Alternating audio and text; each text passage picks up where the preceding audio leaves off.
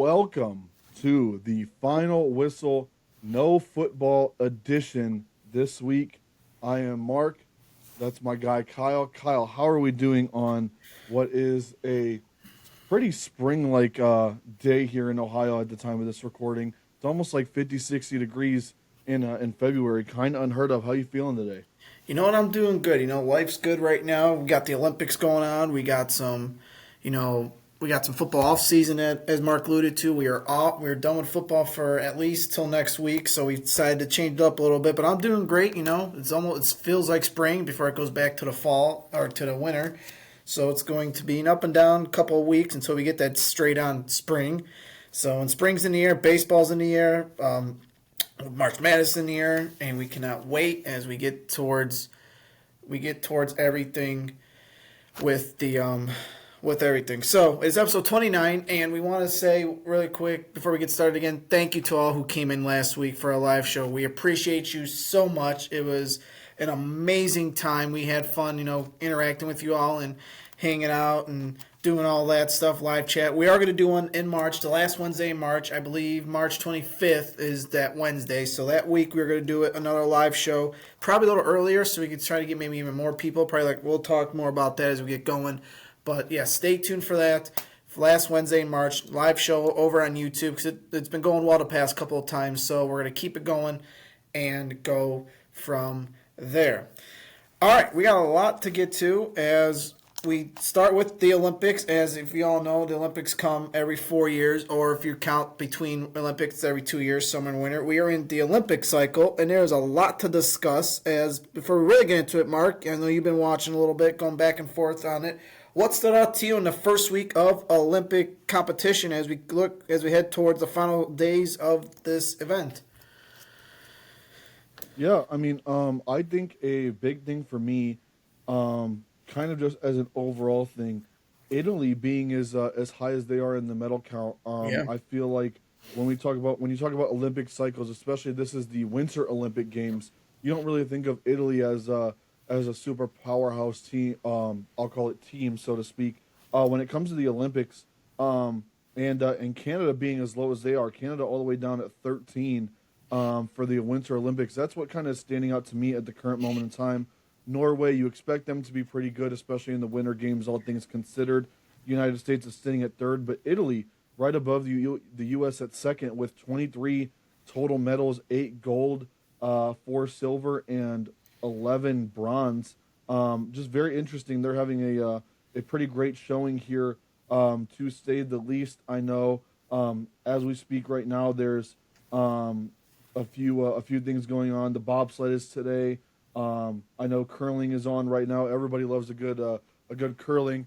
I'd like to think of myself as a nice little sweeper there if I do say so myself. But very interesting. The Winter Games always bring a little bit more. I'm gonna call it fun and different atmosphere to things when you get to skiing and ice skating, things like that. And then obviously, Kyle, we all know. Friends of the show know as well. We're big, and you're big, real big on the ice hockey, which that'll be interesting to see who takes home that gold as well. So very interesting here, coming down the final stretch of our Olympic season this year. Yeah, and Norway's up there, as Mark mentioned. Italy, U.S. hanging around. As Mark, we're alluding to the hockey, as we have a lot to go. As the U.S. women's are playing Canada this coming Thursday in the gold medal game, as they have gone undefeated in play. They have only let in, Mark, get this, a combined 1 goal in their preliminary round and the 2 semifinals. So that's hard to do, and especially in Olympic competition. Canada, the last time they played, U.S. beat Canada 5-0 or 4-0, I believe, but the Canada did not have their players. So this is going to be a really interesting test for them. When Canada gets their players back, they get their captain back. So it's going to be really interesting. And then on the men's side, you got a lot of interesting it's a little different than the men or than the women's, because the men's have a qualification right after the preliminary. So it's like a playing tournament, a quick playing tournament today. Actually, the day I was recording, the day this video is released on today, Wednesday. There'll be quarterfinals, semifinals, and the finals will be Sunday to wrap up the event or the Olympics. But so U.S. will get the winner of Sweden and Latvia. If you're a U.S. fan, you want Latvia because it's a easier set or it's an easier game, if you will, to get Yeah, compared to Sweden. and they're a bit Sweden's of a smaller country, I would assume, right? I yeah, think they're more. They like have a a great smaller like back. Russian type of country. Yeah, they have a great backing type of with hockey, and there's only like 6 NHL players, so that's been interesting to watch as well.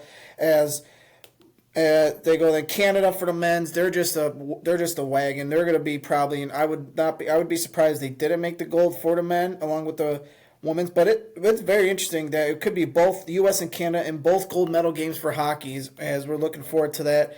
And the men's, they're the second seed this is the first time since 2014 they've had players in the tournament because of the PA agreement where the players did not want to go, etc. And then or they wanted to go, but the NHL said no in the past the two leading up to it in 2018 and 2020. So you were dealing with college kids and some high school kids playing. So that's why if like Finland won and things like that. So Finland's the defending champ, but it's a lot of different when you got NHL players, Mark. But the one thing I know we talked about, Mark, we'll get back into hockey, so we'll keep it going. As I think it's gonna be interesting with USA. They got the tougher bracket in front of you. US is gonna get probably or Canada's probably gonna get probably Czechia, as long as they don't lose to Denmark here. The game's actually coming up in a little bit at the time of this recording, and U.S. got to go through Sweden and most likely Slovakia, where Slovakia did pull the upset mark. And it's kind of, we've been watching a little bit, and, you can never underestimate a team in this tournament because if you do,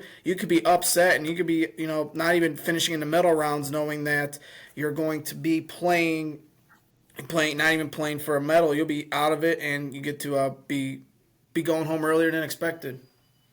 Yeah, I mean, I agree, and especially when it comes to the Olympic Games as a whole. Obviously, there are bigger stakes to be played, especially when you're playing for literally your entire country. I mean, especially in countries like a Finland, a Switzerland, a Slovakia. Obviously, they all have to win to get farther and things like that. But I mean, when you really do think about it, I mean, they would go home and be like literal rock stars forever, Yeah. winning a potential gold medal, especially in something like ice hockey, which is kind of run by like your Canadas and things like that. So, I mean, for them to even have the potential to win, obviously they're going to play a lot harder, and you're going to probably likely get something that you don't expect moving forward. It's similar. I'm going to call Olympic ice hockey similar to like what a March Madness would be for those of you viewers that are watching. Obviously, I'm not very well versed in the sport of hockey, but as far as it goes when it comes to basically getting everybody's best shot because they're pretty much playing for like the highest level of hometown glory that you can find in pretty much any sporting event. And everybody knows that they have a chance. It's not really like an Olympic basketball session where everybody knows America is just going to win. It's not Right. like that. Hockey is a lot more competitive game there, especially with the guys in the NHL coming around and being able to play. That makes the playing field even more exciting and potentially more even as well. Kyle, and I'll let you kind of answer to that and what your thoughts are on maybe the field being a little bit more even, a little bit more exciting with those NHL guys coming in. But it's going to be very exciting to watch and see. And ice hockey is obviously one of the premier events of the Winter Olympics. So it's always exciting to see who ends up in that gold medal game and what type of magic is about to take place.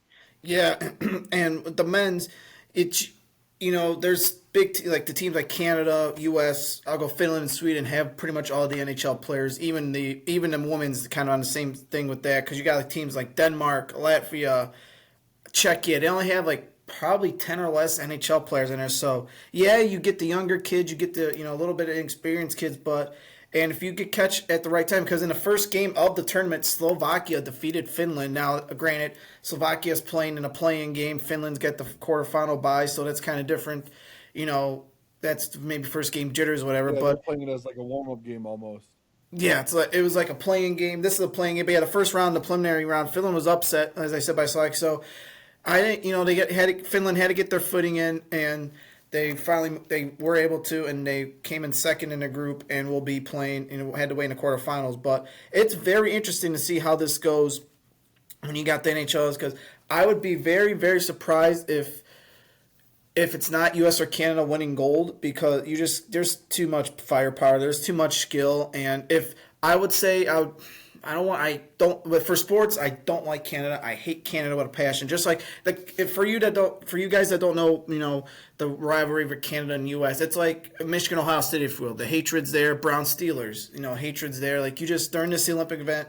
You respect them, but you hate them. Like you want to win gold, you want to have that Canada supremacy for the next 4 years until we get to 2020 in French or in France when they go to there to play the French Alps for the next Winter Olympic Games. But it's a great tournament all around, and it's gonna be very interesting.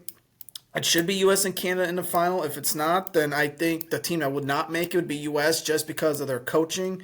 I mean, I'm not a big fan of who they picked as their coach, but I think they could have did a little bit better. But at the same time, you kind of got to roll with it and just see what happens, because there's the firepower is there, and they almost blew it to Denmark. Denmark gave them a run for their money on Saturdays. They literally had to. It was like a 4-3 game late in the third period before they started pulling away, won like 6-3 or something like that. So it's gonna be tough, and it's gonna be a tough couple games. Now, obviously, you want the upsets, so it makes it easier for you. But at the same time, maybe you gotta go. You want the gauntlet mark so that people can't say, "Oh, you took the easy way out." You could say, "Well, you went through the gauntlet and you earned that medal." Instead of like, "Well, here you go, all these upsets, you get the easier paths," so you can't really say anything. Yeah, and not to mention the fact that obviously it's a bit more fulfilling when they can't poke holes into your medal argument as well. Plus, I mean, you kind of need some of these games where it gives you a bit of seasoning as a team to kind of pull yourselves through, get a couple of scares under your belt, so to speak.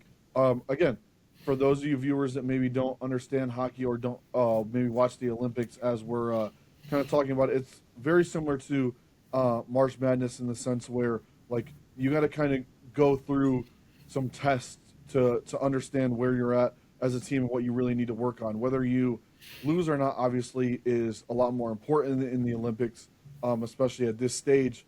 But you need those tests, and I think luckily the United States has the opportunity to have those, and I would obviously hope and fully expect them to be in that gold medal game, as well as obviously we have the women facing Canada, and we're rooting for them big time, of course, because we love gold medals over here in the U.S. And Kyle, I'm going to kind of throw it to you here.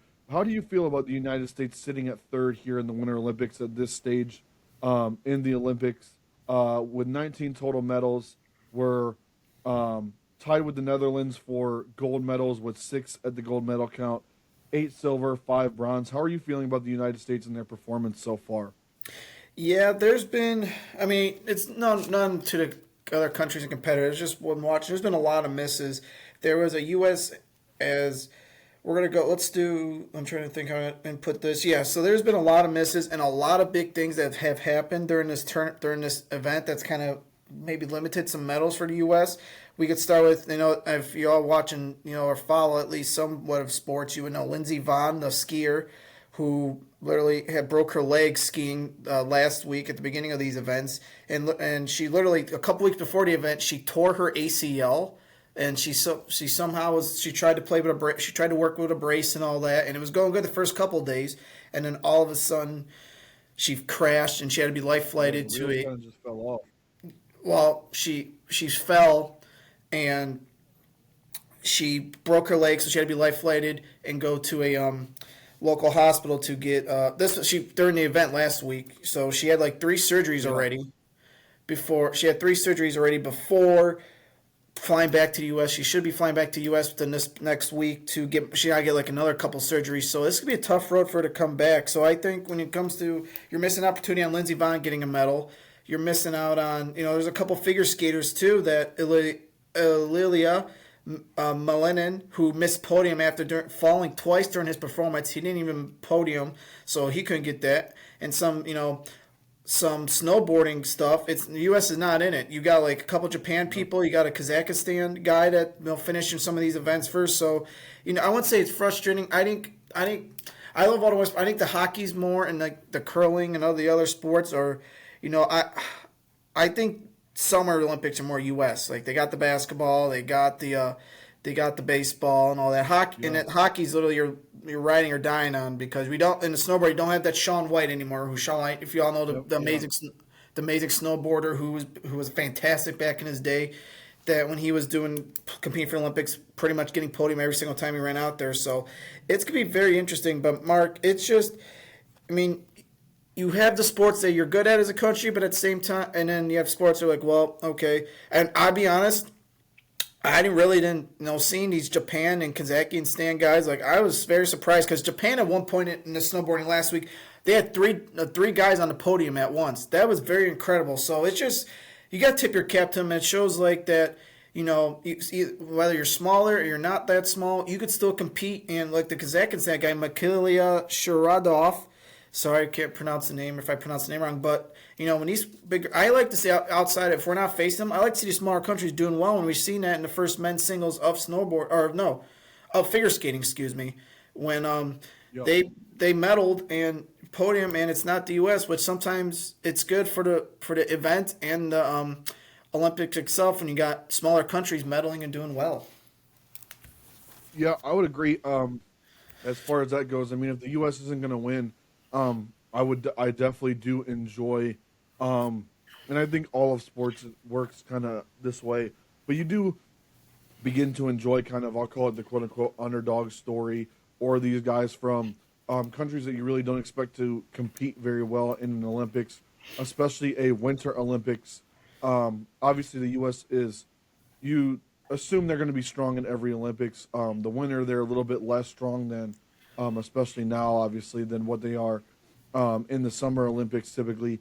However, when it does come down to it, like you have your athletes, you have obviously the things you're good at, and the things that we're kind of just punting and understanding that if we even podium, it would be nice, but we kind of understand we're not going to get there, and things like that. And then with Lindsey Vogn's injury, you kind of knew that was a flop there on any type of major success.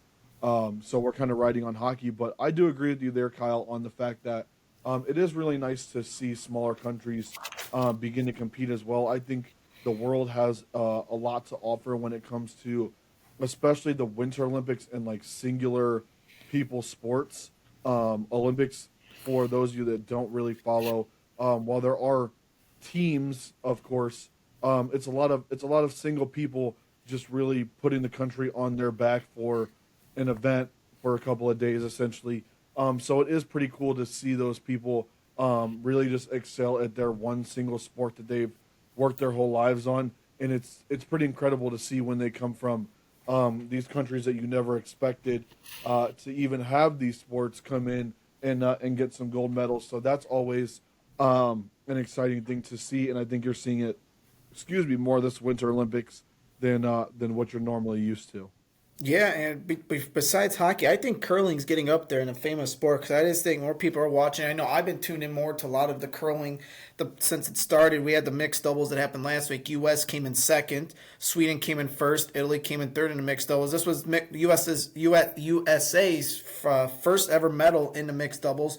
Corey Thiessen, who was the girl, and Corey Droplin, the guy. And Thiessen is playing on the women's team. They're still in round robin play as of right now. They just beat Denmark as the time of this recording. They have two more before they might have. They have to. I think they need. I don't. And then they have to get in the top four. So as long as they at least win, I think the next 2 out of 3 they should be in. But it'll be very interesting. But good for them. And I think in the men's they lost to China today at the time of this recording. Yeah, 8-5. Yeah, so we'll see how they bounce back. I think they got to win a couple more just to get in. I think the women's are in better shape to make the playoff. But we will see in the next because men's playing Italy here in a couple hours. But it's good. I like curling. It's sometimes we don't understand it, but I'm understanding it more and more as we continue with this Olympics and their strategies and all that. Mark, and I just because it's a team activity, it goes back and forth, and I just think it's more. I want to say maybe more. That's what I'm looking for. More, not anxiety, but more like adrenaline and more like excitement in it because you just never know what's going to happen compared to snowboarding where you literally see the same thing every time because you literally see the same flip every time you just get scored. But with curling, you just don't know. Like one day it could be on. Like U.S. the women's yesterday lost to Italy. Italy was 0-5 coming in to that matchup, and you just never know because you could get upset and it could throw your whole trajectory up. But luckily they won and kind of steered the path. But just good when you got a sport like curling coming up. I know there's like Minnesota's a big one. That's where these two Corey people are from. The two mixed doubles, they're from Minnesota. So it's very interesting to see that maybe Shout out curling is Minnesota. yeah, and maybe Mark curling's going to start getting up there in the winter sports compared to some of the others sports that we kind of see the same thing from each and every year with the same flip, the same thing, and we're just like, okay, maybe get bored with it after once in a while. Yeah, I do agree, and I think the Olympics does offer that type of opportunity as well for a sport that maybe nobody knows to start to grow. I know, ironically enough, I've been pretty much into curling since I lived at my parents' home. For whatever reason, my stepdad always liked curling, mostly because he said it was the most athletic, inathletic sport ever. Obviously, those guys are sweeping the shit out of some brooms, and it does take a whole lot of skill. But I remember he used to watch it whenever it was on, as far as the Olympics went.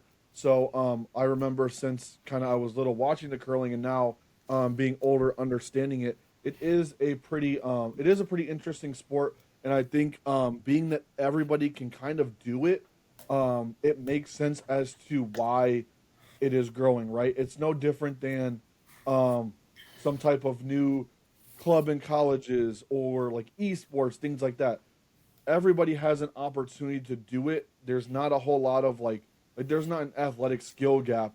There is obviously going to be a skill gap, excuse me, but you don't need to be 6'8", 200 pounds in a 45-inch vertical like you have to be to go to the Right. NBA or have a chance. You can kind of just be a regular degular and pick up curling, and if you're good at it, you're good at it. And I think that's what ends up being so intriguing, and that's what helps it grow. And then you do have the Olympic timing, which I do want to touch on, Kyle.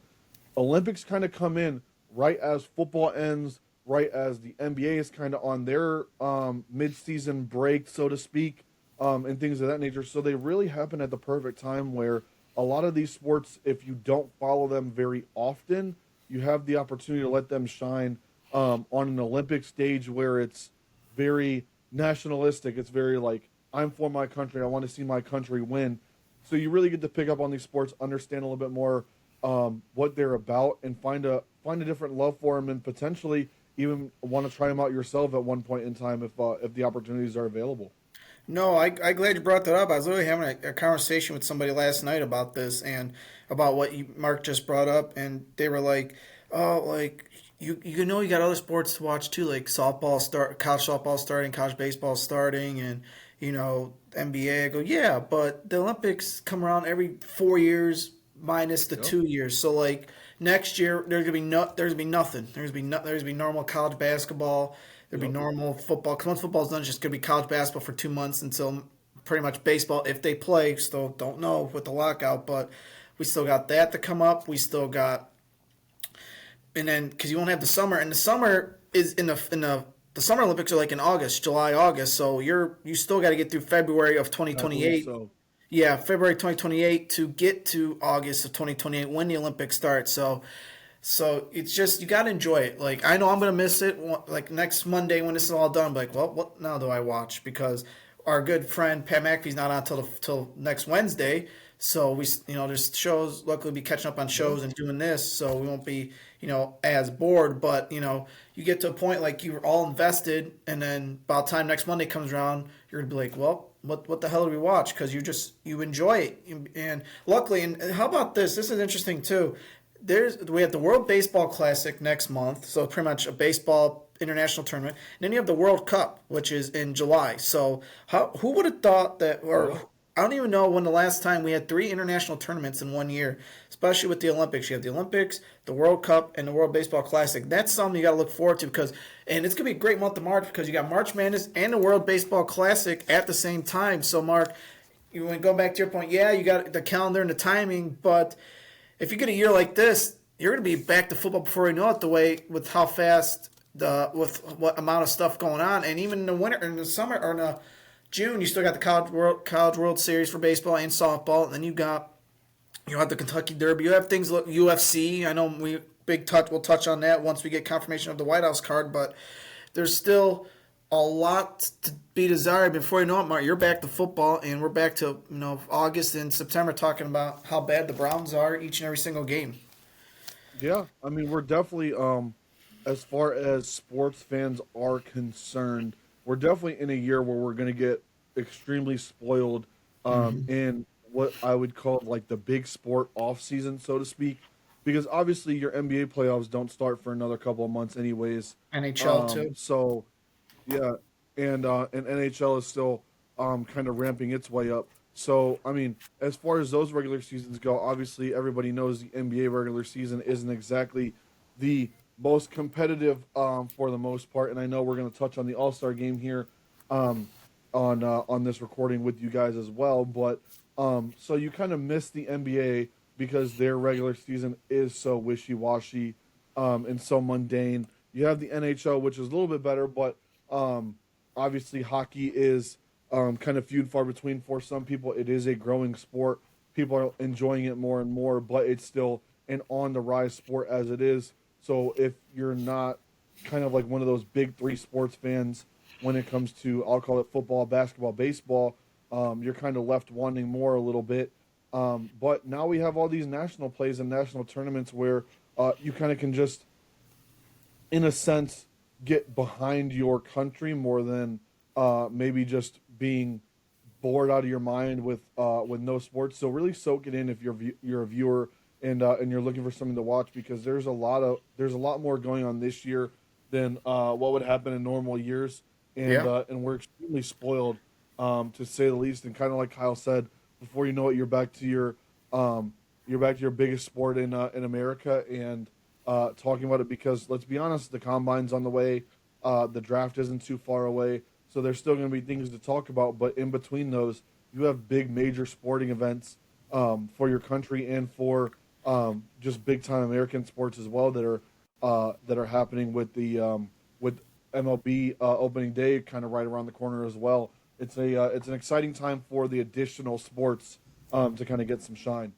Yeah, so it's going to be very interesting in how this all turns out, and you got to enjoy it because like Mark said, next year in the summertime, if there's no baseball, we're gonna be really, really, really trying to crawl along here until we get the football next of 2027. So it's gonna be enjoy it, folks. And I know I'm not taking it for granted. That's why at the Olympics, like I'm trying to watch every hockey game there is, because I know, yes, they have the smaller tournaments leading up again to the Olympics in 2030, but it's not the same as an Olympic competition. So you just got to enjoy it. You just got to enjoy the ride. I know I'm enjoying the last couple of weeks. I'm going to try to watch every hockey game I can between now and Sunday. So I'll probably go home after this recording and watch a hockey game before I go to work. So it's going to be a very exciting time in the coming weeks and months as we charge on back to football, because before you know it, we got the NFL draft, NBA draft, and all that fun stuff. So we are a diehard, or we are spoiled with this kind of year. We look forward to breaking it all down with you guys as well. All right, before we get moving on here, because we got another couple topics to talk to you guys. But God, I can't talk today for this Tuesday. But hey, if you're looking for stories that hit right to the heart and get to that, we'll give you some laughs and give you some, kind of teary eyes. Well, we got a podcast for you. Head over to Spotify and listen to Unhinged and Unfiltered, hosted by Kylie and Ashton, two best friends from Washington, chatting it up and giving you stories that will make you shed a tear and make you laugh, as they give you all the laughs and all the love you want. Head over to Unhinged and Unfiltered on Spotify right now. New episodes released Thursdays on Spotify. As I've got to know Kylie over the past couple of months, as she's been helping me during this podcast journey, and she's wanted to start a little bit of her own. So her and her best friend Ashton, they're sharing stories, and I'm not going to get too much into it because it's, there's the stories to tell. But Kylie's an amazing person, amazing friend, an amazing mom, and I'm blessed to have someone like her around that to get through these podcast days with and help her kind of on her journey. So she's an amazing person. So Kylie and Ashton, best of luck, and cannot wait to listen to more of your podcast. Episode 1 is out now, so go take a listen to it. It's only a little bit. They're just kind of introducing themselves like we did our first episode. So go listen to it, Unhinged and Unfiltered, hosted by Kylie and Ashton on Spotify right now. All right. Well, we said we weren't going to get too much free of football because we have some schedules that came out over the past couple of weeks from all the big college football stuff. As we got the Big Ten came out, the SEC came out, Big 12, ACC came out, Mark, and we'll start in the Big Ten. I know you saw the schedule. What are a couple games that came out that you're looking forward to that could impact the college football playoff come next December? Yep. I mean, we got some good schedules, got some hard schedules, and honestly, as far as the Big Ten goes, and kind of just the news surrounding the schedule release, it's also kind of bittersweet as well. Obviously, those of you that know us know that we're rabid college football fans, even probably more so than the NFL, I dare say. But when it comes to it, there was a bit of a bittersweet moment, Kyle, because you got the schedules released. Obviously, most teams are playing still marquee out of conference matchups, but now there's all these reports coming out, especially I'll kind of talk about it from the Ohio State standpoint, right? We're already talking about in another year or so, you won't even get to see an Alabama-Ohio State that is supposed to be one of the marquee matchup in the next 4 years to come, and now we're talking that it's not even going to happen. It's already in the works of being canceled and things of that nature. Obviously, Ohio State draws a pretty hard schedule this year as it sits at this moment in time. Definitely some challenges and tests compared to this past year, but I kind of want to speak to I'll call it what's to come, because you're starting to see additional shift in what the college football landscape is becoming, especially with the schedules and the way that these big time power conferences are kind of maneuvering. The SEC obviously added a additional SEC game to their season, which makes it so that they don't really want to play big time marquee out of conference games because they quote unquote will have a harder SEC game in place of that. Kyle, how do you really feel about how these big conferences are starting to shift away from, I'll call it interconference play, because they want to shed light on how good their conference is and stay away from potential losses and things of that nature as the business kind of morphs and changes basically every day at this point, it seems. Well, I mean, for the SEC, you're playing Chattanooga. Teams are playing teams like Chattanooga the last week before rivalry week, so you got that going for them. SEC is pretty much the only conference that does that. ACC kind of sprinkles it in a little bit, but the Big Ten, Big 12, and I'll say mostly ACC, they play all their conference games early and get out of the way. And look at Notre Dame USC. They had to stop their rivalry because they weren't. There was conflicting of how they wanted to play this. USC wanted to play that game earlier on in the season, but Notre Dame said no, they want to play it later in the season. So it's the scheduling's just gonna hurt because you got all these marquee games like this year for the Big Ten: Ohio State versus Texas, Oklahoma versus Michigan, Oregon versus Boise, Michigan State versus Notre Dame, Illinois versus Duke. Like, those are just some games that are probably going to impact the college football playoff race, especially in the Big Ten. And then you got like Bama, Georgia, Bama, FSU, Georgia, Bama, Georgia, Oklahoma, LSU, Clemson. There's just a lot. BYU, this is an interesting one. I know we talk a lot about this, Mark. BYU, Notre Dame, the two teams that were left out of the playoff are going to play each other coming up this year. And, it'd be very interesting how this goes because Miami, they got Notre Dame again this year at Notre Dame, I believe. So these schedules. Now, do we go to the Notre Dame schedules where everybody just plays? No, because we're still not over that. There's still not how Notre Dame gets in, but obviously we'll have a lot to talk about that as we get closer to the CFP in December. But yeah, I mean, I love these non-conference games because where your teams are stacked. But if the non-conference, like, everyone should just follow the Notre Dame method then.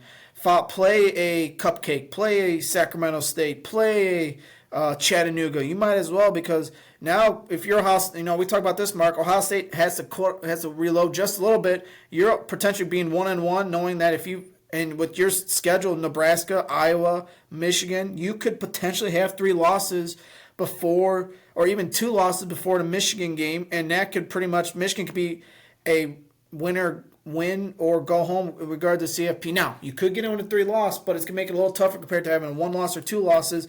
So it's tough when you're trying to get money, build a tougher schedule, but you got like teams like Bama playing Chattanooga week before rivalry week, and it's kind of hurts Ohio State, Michigan. They're trying to schedule these games, but it's gonna hurt probably them in the long haul, because now you got to worry about teams backing out, which is pretty much the formula right now. Yeah, and I think it just hurts the sport as well, because this is what essentially we've been working towards with the NCAA for a long time. It took a very, very long time for these type of matchups to kind of come together. Obviously, those of you that know college football know that they schedule these games. They get some of these schedulings done, at least contract wise, for out of conference play years and years and years in advance. That's why you saw, like for those of you that kind of remember, like you had Ohio State and Virginia Tech. When Virginia Tech was really good, Ohio State got them on the schedule, but it wasn't until 5 or 6 years later, and then Virginia Tech fell off. Right. We got blessed with the opportunity to get Texas and Bama on the schedule finally. These are the games that, as college football fans, you want to see. And now, because the SEC seems to be too afraid to try to swing the long ball on their schedule and really solidify their statement one way or the other, which I'm going to say kudos to Big Ten teams, right? You've got Ohio State, you've got Michigan. I believe even Penn State has a couple of decent out of conference games. Now, obviously, there are times and places where you're scheduling your kind of warm up games with your MAC schools, with your MEAC schools, Mountain West schools, things like that, right? But they're also swinging for the fences at these hard games early on, out of conference or in the middle of the year, where you're looking at it and you're really putting your team to the test and to the drawing board to see where you're at and where you need to fix things moving forward for the playoff in Big Ten play. Now, for those of you that also know, Big Ten play, you don't get to choose who you play. It's a round robin every few years, so you don't get to choose that. And I believe it's the same with the SEC, if I'm not mistaken. Now, I think that may be changing with the 9th game, but I'm not completely sure, so do not quote me on that. But when it comes to conference play, you don't get to pick that. The conference picks that, and it's based off of who you played the year before, etc. So when people say, oh, Ohio State or Michigan or Penn State or even Michigan State has a tough Big Ten or a weak Big Ten schedule, they don't get to pick that. That is what falls into their lap. It's the cards that you're dealt as far as the conference is concerned.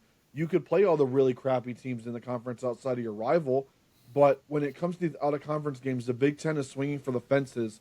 They're putting their teams to the test to see what they need to fix when it comes to conference playing down the stretch. And the SEC now just does not seem willing to do that. And for whatever reason, it's because they think their conference is so much better than everybody else's. But then you look at it, and the Big Ten has run the NCAA pretty much since the inception of the college football playoff. So I'm not really understanding where they're trying to go with this, other than trying to maybe give themselves an ego boost because they can't win it all, that their team is so much better than everybody else. Or their teams, I should say. To go off your point, the Big Ten schedule, like I know we talk about this in college basketball and football, like, oh, they got an easy schedule, blah, blah, blah, with these games. Go, the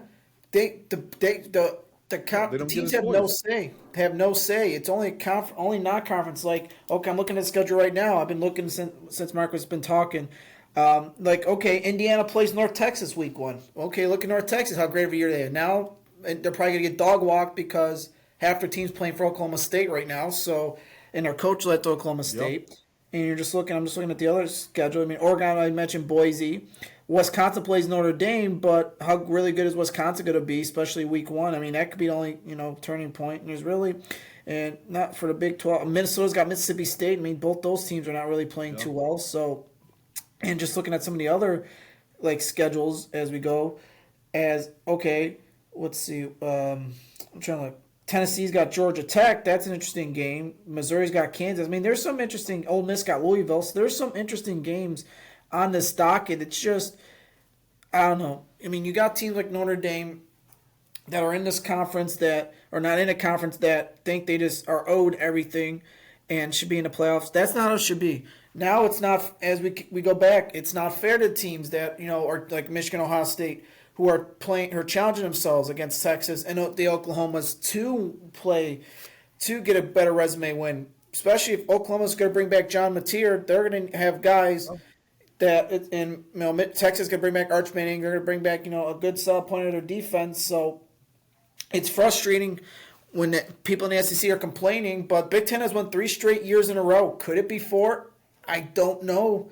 I'll be honest. I mean, we'll obviously do a preview as we get closer, but as we're looking at right now, unless it's Oregon that wins, I don't see the Big Ten winning this year. I don't. Unless Ohio State and Michigan kind of have a better year mark. I mean, maybe I'm wrong, or maybe you could attest to this, but looking at unless Indiana goes on another run and does a repeat, I don't see a Big Ten team winning it, and I won't be surprised if an SEC team finally wins one for the first time in like 4 years. Well, I could see the SEC teams potentially getting through. I also tend to err on the side that the Big Ten is where everybody wants to play right now as well. I mean, Yeah. you're seeing these guys literally leave SEC powerhouse teams to come play for Big Ten, middle of the road teams to powerhouse teams, et cetera, et cetera.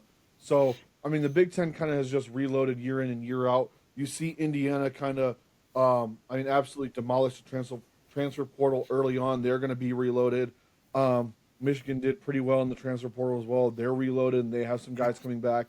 Ohio State completely reloaded in the transfer portal as well. While there's some inexperience there, there's a shitload of talent. You even got teams like Penn State, who you never know what they're going to look like. They have a lot of kids from Iowa State coming on over, and Iowa State had a good year. They're going to be senior led. So there's still teams out there in the Big Ten that I think at the top of the heap can really make it work. Dan Lanning is a really good regular season coach. It'll be interesting to see if he can get over the hump. He's got again another senior ridden team as well, which has kind of been the formula. But in my personal opinion, it's also again the Big Ten is taking their swings to put their teams to the test, and that's I think the difference in where the Big Ten sits compared to the SEC and why we've been doing so much better. Not only are we getting a bit better bids as far as from the CFP committee, probably because of those big swings, whether they happen to be home runs or pop flies, there's still big swings, and the committee likes ambitious teams as well. But the Big Ten tends to handle their business when they need to handle their business.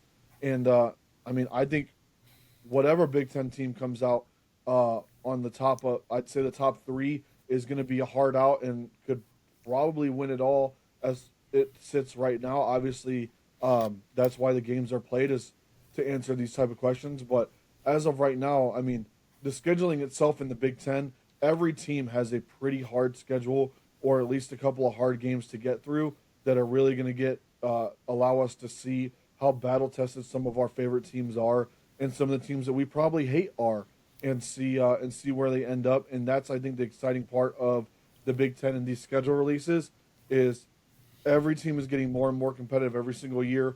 You're starting to see it. The Big Ten probably has I'd say 6 teams that could make a run at it, or be fighting for it every single season. And you're seeing them get better and better and better. And now we've got a schedule that allows us to see it probably more than once for a couple of these games. Well, I was thinking too, money, NIL. SEC's been doing this for all these years. Now Big Ten's catching up, ACC's catching up a little bit. So I think that plays part in it because you're just paying these players to come play, and I think that's why the SEC's getting upset because they're finally catching on. That's why Nick Saban's hate the Big Ten, and you can see these other teams like. Now we go back to Bama. Is he a good coach, or is it just because they're paying the players to come play? Because after getting blown out against Indiana in the Rose Bowl, they only scored 3 points, 6 points, if that. They basically got shut out for almost an entire game. Yeah, and Alabama's supposed to be one of the really talented teams to make it. And I mean, look at I mean, look at Ole Miss. They beat Georgia the same night. Like, so is it really the players? Is it the money? Because we got teams that Yeah. probably wouldn't be in this thing if it wasn't for the money, like an Ole Miss, Indiana. I mean, I think you tested both money and coaching, but I mean, like an Ole Miss, who would have thought this? Now we'll see what happens this year. I do not think Ole Miss makes the CFP with this coach. I mean, I'll be very surprised if they do. I mean, obviously we'll talk about it when we get to the preview show later on in the year, but I don't see them having a run. Now they did get their quarterback back though, which is interesting. That after being denied, he did get it back. So and now his coach is tampering, supposedly being is tampering with players with Clemson players. Who knows if that's going to come about with anything? But yeah, that's what happens. Plus you got the tampering mark, and no matter what happens, there will be coaches calling you, talking to you, trying to get you to flip after once the portal opens again next year. But Yep. with the money. So it's free. We say free agency with we're going to talk more about this when our friend Sean comes on, hopefully very soon. But it's just when these schedules come out, like you want to play these teams, but then you see like a team, like Oregon's got Boise. Who knows how Boise's going to be, and especially like week one. Anything can happen when the teams don't know their identity yet going into week one and starting off the season with a challenge. Yeah, I mean, I agree with that. And, I mean, as we kind of wrap up our college football talk, I mean, at the end of the day, I do agree. There's a lot of questions to be answered, especially scheduling wise and things of that nature. But it is an exciting time, kind of understanding that football still is right around the corner. Obviously, we know that there's been tampering in the NCAA for a lot longer than it's been being reported on. It was just kind of behind closed doors. Now that there's NIL and things like that, it's all brought to the forefront, excuse me, because money is so crazy and they have to Yeah. be able to talk about it to get more kids out there. So the more people know about money, the more tampering comes in. The higher that money number is, the more the tampering comes into play. So it's very interesting to see now everything kind of coming to light, and I think you're starting to also see why some of these teams were running conferences and running college football for so long, because now everybody can do it and everybody's catching up when you kind of needed a lot of money to kind of hide some things and hide some slick business. Now it's kind of the wild wild west, and everybody can do the slick business and not really get in trouble. And you got guys that can keep coming back and find their way into 6, 7, 8, 9, even who knows? Some people are going to be playing 10 or 11 college football years at this point because of that new JUCO rule and everything else. So I mean, college football is a crazy crazy space, and now with schedules coming out and things like that, every piece of news is even more and more exciting because you never know what's next. Yeah, so we'll deep dive into some of these games more as we get closer to the season because we know we'll be here before we know it. It's February now. Before we know it, it'll be late July, August. We'll be doing our preview show and getting ready for that. So more football talk to come in the coming weeks and months ahead, especially if news breaks. All right, we'll move on to one of our big topics we've also had on this show to kind of put a bow on this. The NBA All Star Game was this past weekend as the NBA had three teams: a world team, a stars team, and a stripes team. The stars and stripes were kind of made up of U.S. players, and the world. You obviously know the world players, and it's not more about the game. It's more about what happened in the All Star festivities. Mark, I don't know. I know you were kind of taking a little weekend reprieve, but when you have a dunk that literally is a normal dunk that wins a dunk contest, Yeah. can't show video or anything for copyright reasons, but then you have a dunk that literally goes between the legs and slams it home and doesn't win. That's a major problem. And I think the NBA has a major problem with their All Star system. It's flawed, and either they need to fix it or just completely get rid of it because now, and just give them the players the week off because now you're in a boat where you have a dunk that literally like we could have done or anybody else could have done and got Yeah. the points for it. And the dunk contest is horrid. There's literally the same dunks over and over again, and it gets stagnant. It gets stale after a while.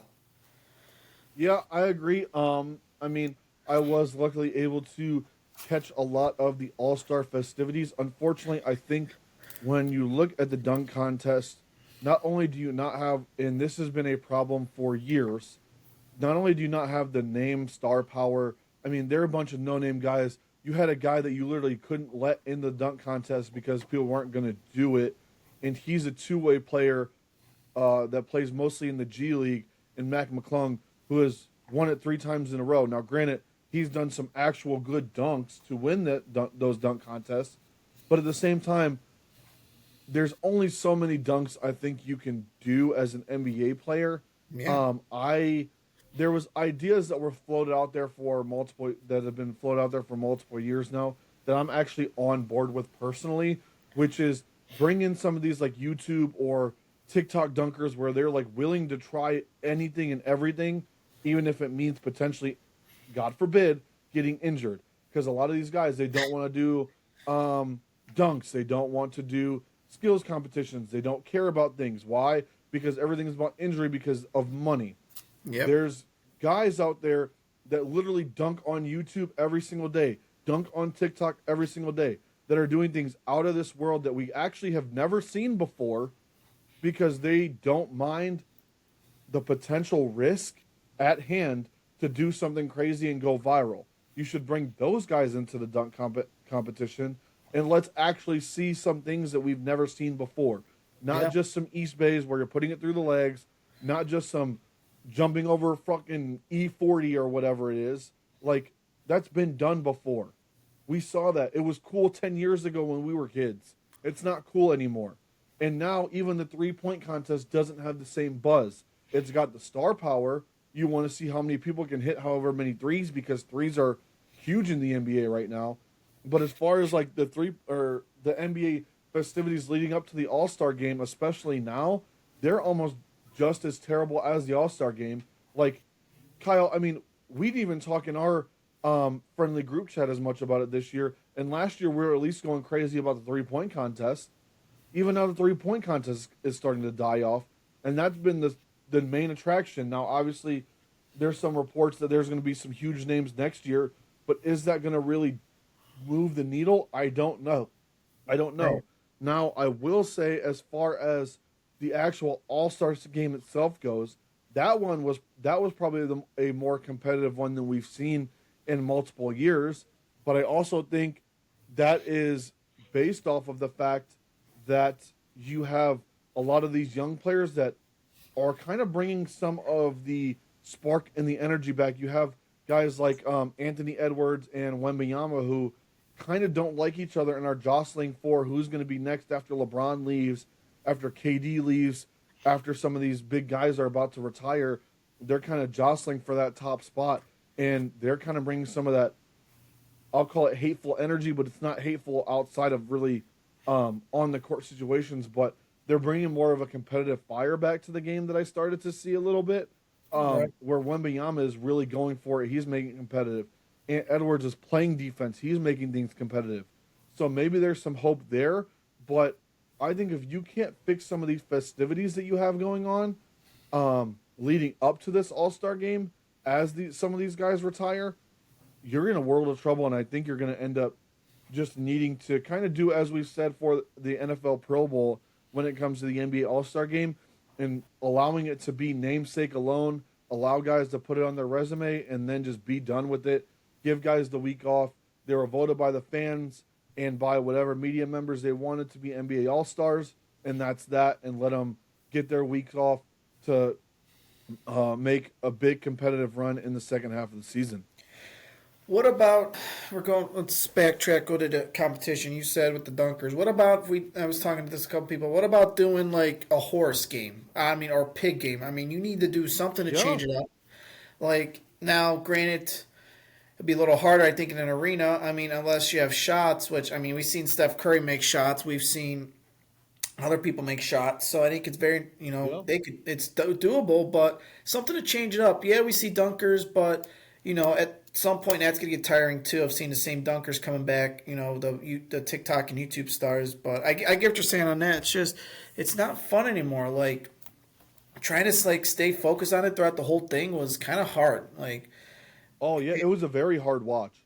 Like trying to just watch it and trying to like just be there, like just like entertain. Like I was flipping back the Olympics at points. I'm like, well, this is I can't focus on it, especially when they're doing the same dunk. One guy fell on his ass trying to dunk. He dunked like Yeah. bounced up the backboard, and it's like, what are we doing here, man? Like it's just, it's annoying, and I don't know what else to do. You play pig, you play horse. I don't. I mean, I don't even know as a basketball sport what other games can you play. I mean, I mean, I don't even know at this point. Maybe see, like I don't know. I'm trying to think like what you could do like to make it fun, but maybe do bring back old guy. I mean, old time. I don't know what the you just I think the NBA is very limited on what they could do. So I think this is why this might not work. Or okay, play Saturday night. Pick one team. Okay, you had the Rising Stars Challenge. Pick one team. You do a team full of the NBA guys, a team full of like the G League guys that are up and coming. Do that like that's the Saturday night game. Like do it like there. Like you have their still keep the Friday celebrity Rising Stars. Saturday's the big guy, the big boys versus the the newbies that are going to be in the league, and then Sunday do what you want. I mean we're limited on points. We're limited on things we can do, especially when it comes to basketball, because there's just I don't know. There's not a lot of firepower. I'm thinking in the All Star. I mean, not just NBA, NHL, MLB. Okay, or make it. How about this, Mark? The All Star game now. Why don't you make it East versus West? No matter what your record is, if your conference wins, you get home court for the finals. I mean, that's what MLB did for a little bit. If you won, you got MLB. You got a home field advantage no matter what your record was. Maybe that helps, but who's going to want to play and then all of a sudden get hurt again? And I think that'll be kibosh if someone gets hurt. So I especially how NBA players cry, Mark. I just don't know where you go from here in terms of making this thing any better. Yeah, I would agree. I mean, that's definitely something I think I've thought about before. The only problem is then it makes the regular season even worse almost than it already is. Like the regular season of the NBA is literally terrible unless you just really like your hometown team, like people like us or some of the other places out there that are still basketball towns or have a big time basketball fan base. So I mean, it's just like you said. There isn't a whole lot of options when it comes to basketball, and I think at this point we're unfortunately just trending to a point where you either have this unwatchable thing always because it's tradition, or you're kind of just trending to the point where it's not a thing anymore, unless something crazy happens. There's just not a lot you can do left to revitalize this thing, and I think all of their ideas kind of get kiboshed by the fact that the players have so much control in the NBA. Yeah, and they have control, and especially when it comes to money, and we'll see what happens. And what LeBron's story. He always tries to take control, and you just don't know how it's going to affect, ripple effect. I'll be honest. I am surprised they haven't kiboshed this yet. Now, maybe because they're being paid a little more to do this, and they don't care. But at the same time, I'm being surprised that the players, when Mark talks about how they're all like they run the league, inmates run the asylum. You got nobody's saying, "Hey, this is boring. Let's change it up." Like they're literally playing backyard basketball. It's backyard basketball. Me, Mark, anybody that's watching could do, especially on the All Star game. Like that, the championship game was a blowout. Now I get it. I think it was Stars. They were tired as hell because they played like 4 straight games. So, but they still won, and the world didn't really. It's just something's got to change, and I don't know what it is, but. When you're playing backyard, I mean, come on, it's backyard basketball. I mean, granted, they play backyard basketball half of the season, anyways. But it's something's gonna be more watchable. Make it count, mean something. Or okay, but then you got this NBA Cup tournament that literally you're playing at the beginning of the season. I don't know, make the All Star game. Make the All Star game for money instead of this Cup tournament. I don't know, even the Cup tournament's so dumb. Like, what are you getting out of the Cup tournament besides revenue? Nothing.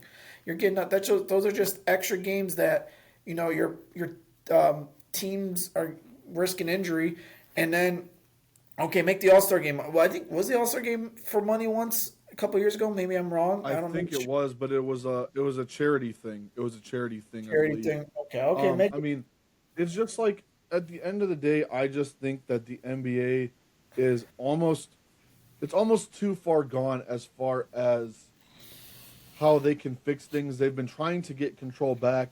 And I don't know that there's ever going to be a way, except for some really, really drastic changes, where they get a grasp back on the league and how to make it more competitive, because right now the players don't really need to care until towards the end of the season anyways. They are making the second most money outside of baseball pretty much. All of it's guaranteed pretty much. And at the end of the day, like, your stars make all the decisions. Yeah. And your NBA Players Association is so powerful that you really can't do anything as a league to fix things, because they're going to come after you. And the CBAs that you've signed and kind of got backed in the corner and bullied into, I mean, you're stuck with, and that's just what it is. So, I mean, the NBA is kind of in an extremely weird spot. Obviously, people aren't going to stop watching because basketball is so big, especially in America, and things of that nature. But I do think they're in a very vicarious situation where you're kind of you're just at a lose-lose really, no matter what you do. And the All-Star game is just another unfortunate tragedy of a bigger situation of where the league is at. And I mean, I just think that here pretty soon you're going to see the All-Star game being completely done for. Yeah, not. I mean, I mean, I'm surprised. I mean, pretty much NFL, the Pro Bowl too. Like nobody wants playing that, especially when it's the end of the season and the players just want to be on their way to vacation and not have to worry about showing up for another NFL event, unless it's like Yeah. training camp or mini camp, OTAs or whatever. But I don't know. Something's got to change. Something's got to happen. When you look at the broader picture of it, it's just so boring. Like it's the same thing. Like I get it. It's for the fans. You're creating revenue. You're trying to have fun with it. But when you're dunking the same dunks like every single year, I mean, you had a dunk that went between his legs and won. It should have won. And then you had a dunk that was literally a normal dunk and won. Like I don't understand it. I don't get it. It's frustrating. I mean, for freak's sake, we had all these freaking. I don't even know, man. Like the coaches don't even coach in it. The referees don't even ref in it. I mean, they ref, but they don't. What are they calling? They're useless. So I don't even know what you do from this point forward. Do you really? I don't know. And you know we could talk about that even especially with the NFL or the NBA draft too. The draft means nothing. We'll talk about that when we get to NBA draft. That means nothing. All half these players that get drafted are going overseas. So I just don't know at this point where we go from here, Mark. Yeah, I mean, I agree, and I think it's a sport-wide issue when it comes to these All-Star games. You're seeing it again, kind of all over the place. We've talked about two of them already, and they've both been kind of trash. And again, it's just at this point, it's just a sport-wide issue, and there needs to be some way to fix it. Obviously, I don't have the answers. Kyle, you don't have the answers. We can give opinions, but Lord only knows that our opinions are not only uneducated, but they probably wouldn't work anyway. At the state of what things are, I don't really know. So, I mean, it'll be interesting to see moving forward, kind of what happens with all of these quote unquote All-Star games and things of that nature. I think they're a tradition that's just going to end up dying, and they're going to be there's going to have to be something to replace it probably, because it's all about getting back on TV as much as possible. But it'll be interesting to see how things move forward here, with the less and less ability to even be able to sit through and watch it all. Or and just popping in my head. Well, okay, you play this cup game in November. All right, so you got that week off. The four teams, you save the four teams that make it to the semis. You play them the All Star break week. Play the semis Friday, and break. Maybe do the skills competition Saturday, and then you do the NBA Cup on Sunday, the championship on Sunday. Maybe that'll make it more interesting for All Star Weekend. That's your All Star Weekend right there. And then the teams still have you give the two teams that made the championship, you give them an extra day off or something like that. I mean, just something to spice it up. I mean, that would be interesting. I just really came off that at the top of my head. I wasn't even thinking, start the NBA Cup in November. When you get to the semifinals, you do it NBA week or All Star Weekend. Just a lot of things need to be worked on. Maybe I mean, like Mark said, we could talk and complain and moan about everything till the cows come home and all that. So it's just nothing's probably gonna be done. It's gonna be the same thing next year. We'll be sitting here next year, be like, well, here we go again. Oh, this happened or that happened. So it's just Mark.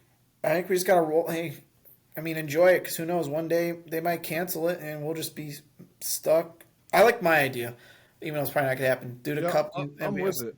But I mean, at this point, I think they got to try any and everything to fix something here. yeah, I think I don't disagree that I think a different time frame of the season would definitely be advantageous for them.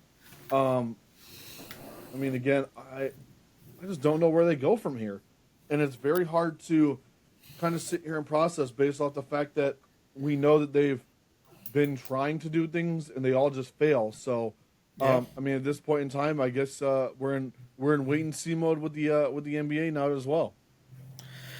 So we'll see. A lot to talk about that in the NBA as we get closer to the playoffs. Their season starts tomorrow or Thursday. So tomorrow at the time of this release. So we'll be looking forward to NBA coming back. NHL comes back a week from today of the release of this podcast. So we'll be very excited for that.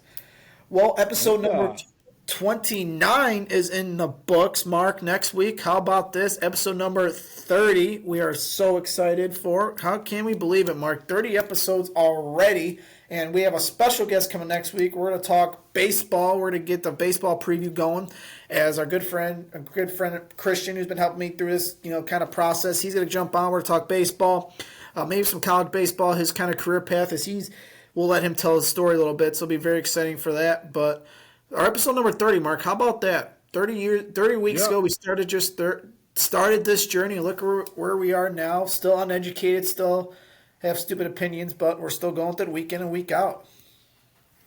Yeah, I mean, it's definitely something that I don't know that we would have necessarily seen at the beginning, but here we sit, and it's all because of you guys, the viewers that are kind of tuning in each and every week with each of our ideas, whether it be a recording, a live, whatever the case may be. You guys are the engine that runs, and if you made it this far, I just want to say that I and Kyle, I think I speak for both of us when I say we appreciate everything that you guys do for us, the subscriptions, the views, even taking the time to listen to the bullshit that we spew on a weekly basis, let alone allows us to get to a milestone. While it seems like small in the grand scheme of things, 30 episodes is 30 episodes, and who would have thought that we just introduced ourselves to you guys here on YouTube and anywhere that you might be seeing this just 30 episodes ago. So it's very, very exciting, and from the bottom of my heart, I can't thank you the viewers enough. And here's the 30 more. Yeah, here's 30 more, and before I know, we'll be at 40 and so on and so on. So don't forget, March 25th, our next live show, we'll promote it, as I know we're going to start a little earlier in the day because schedules will work out to where we can do it earlier on instead of 9 o'clock, so maybe get more of you in there to kind of chat it up and all that, and we'll know, who knows what we'll be talking about at that time. Between now and then, there'll be a lot to come about, so who knows, right? There'll be a lot to come, and there'll be a lot to talk about, I'm sure, between now and then, but all right, we are out of here. We thank you for watching us. We still have some stuff, great stuff. Me and Mark literally talked for almost like a half hour after last week's show about some things we're going to start trying to get going here. So we're try one thing once we do the next live show and see how that goes. But so we will go from there. But we love you guys. We're getting out of here. We'll see you next Wednesday. For Kyle, he's Mark. We'll catch you next time. Only on the Final Whistle.